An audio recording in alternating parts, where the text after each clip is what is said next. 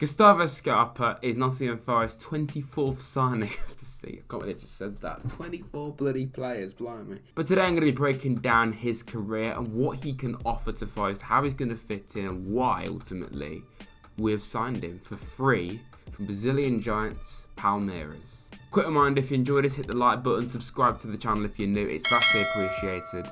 And let's talk about our latest and what seems like a very, very exciting new signing. So Scarpa came for the academy of Fulminense. Okay, I'm going to have to Google search this. Scarpa came for the academy of Fulminense, Santos, Guarani, Palmeiras, and Desportivo Brazil. He came for those 5 Brazilian clubs, ultimately going on to sign permanently for Fulminense. He would go on to play 3 full seasons there. Before that, he went on loan to Red Bull Brazil in the Serie D at the time. He only made 11 appearances for them, scoring 2 goals. In his time at Fulminense, he only came 13th twice and 14th in the Brazilian Serie A.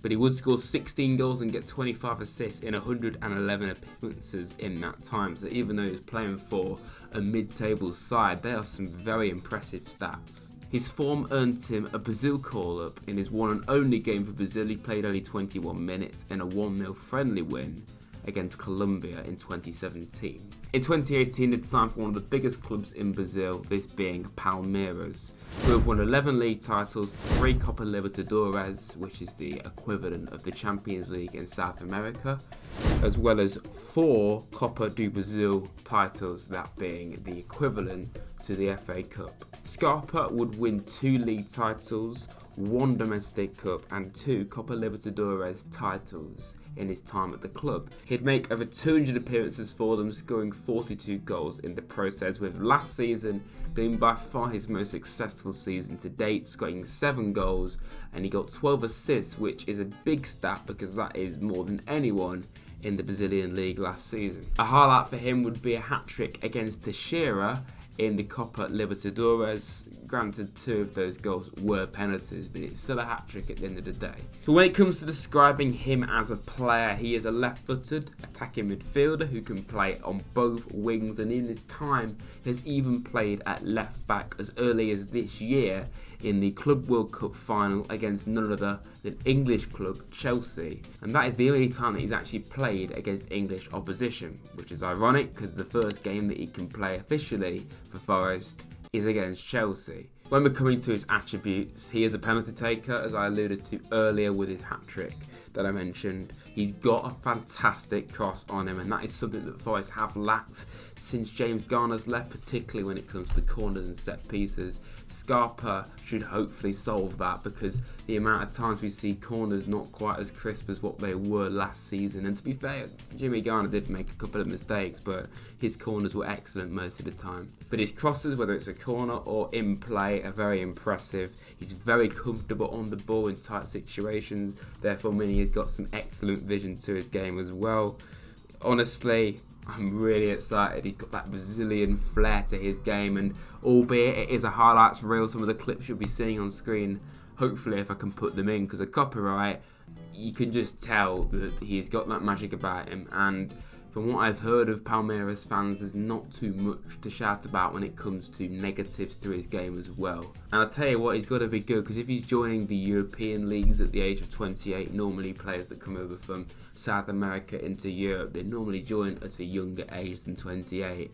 He's still at a very strong age and point of his career, and he's joining an English club nonetheless. There's a lot of flair to his game. He's not afraid to shoot either, which I think a lot of times this season we've found Forest players being a bit afraid of shooting, which is quite a fundamental of football really, isn't it? The most important thing is, how does he fit in at Nottingham Forest? Because no one really knows how we're going to handle this. Ultimately, we have been lacking goals at times this season, but we do have a very good set of forwards. Morgan Gibbs-White is an exceptional player with a huge amount of potential.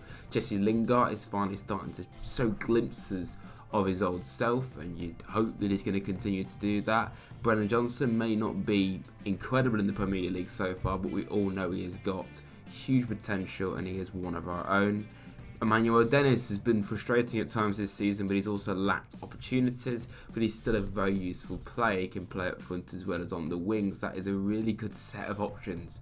And when it comes to out-and-out strikers, we've got Awani, who has been inconsistent, but he clearly does have talent, and even Super Sam Surridge as well is an excellent option. So how on earth does Gustavo Scarpa fit into this team, and who drops out? Well, his most natural position is attacking midfield, but I think probably because of his crossing ability, playing out wide wouldn't be a bad shout. And I think really right now, as much as I love Brennan, you'd probably choose to sacrifice him, maybe even Lingard. I think for me it revolves around Gibbs White, and then you have to work from there. And I think it probably has to be Brennan, because I think we've seen, since Brennan's been more of an impact player, he has literally done that. He's had more of an impact in the team, whereas when he was constantly starting, it just wasn't working for him, as we all saw. I think a shout to put him as a number 10, though, would be probably his playmaking skills. I think a playmaker, you want to be in the middle of the pitch rather than on the wings, unless you want to try and play out wide, but maybe a number 10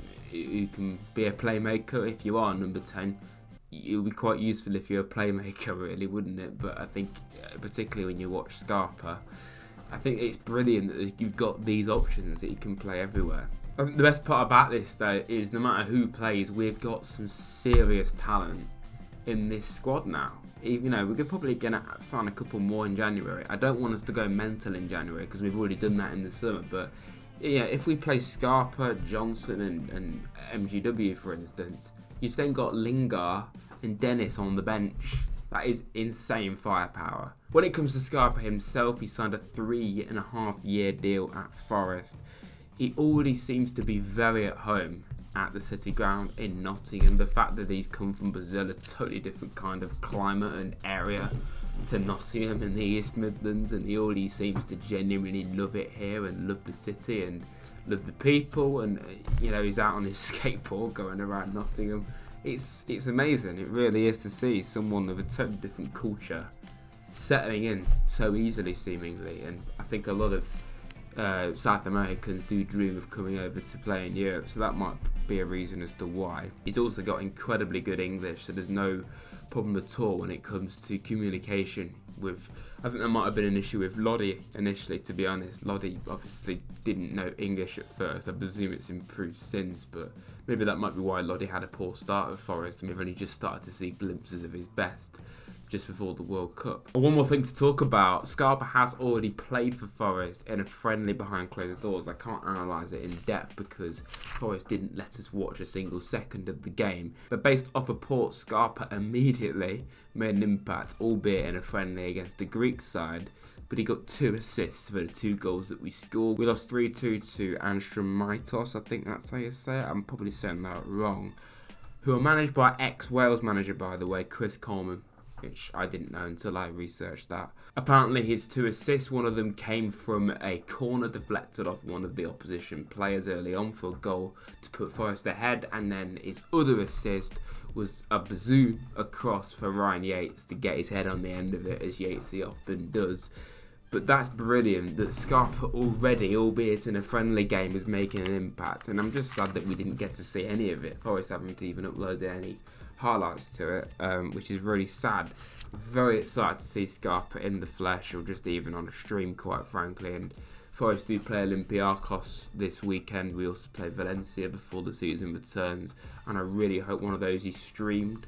If it is, I'll probably do a watch along to it, because obviously I can't really go to those games unless I fly all the way over to Greece and Spain, which I'm not going to, unfortunately. But I'm really excited about this signing. I hope you've learnt something from this video. I've really enjoyed putting it together. I haven't done many video essay kind of videos for quite some time, mainly because they're quite difficult to do, but I hope you've enjoyed it. If you have, then please hit the like button, subscribe to Rads if you're new, and I will see you all very soon for another video on the channel. Thank you very much.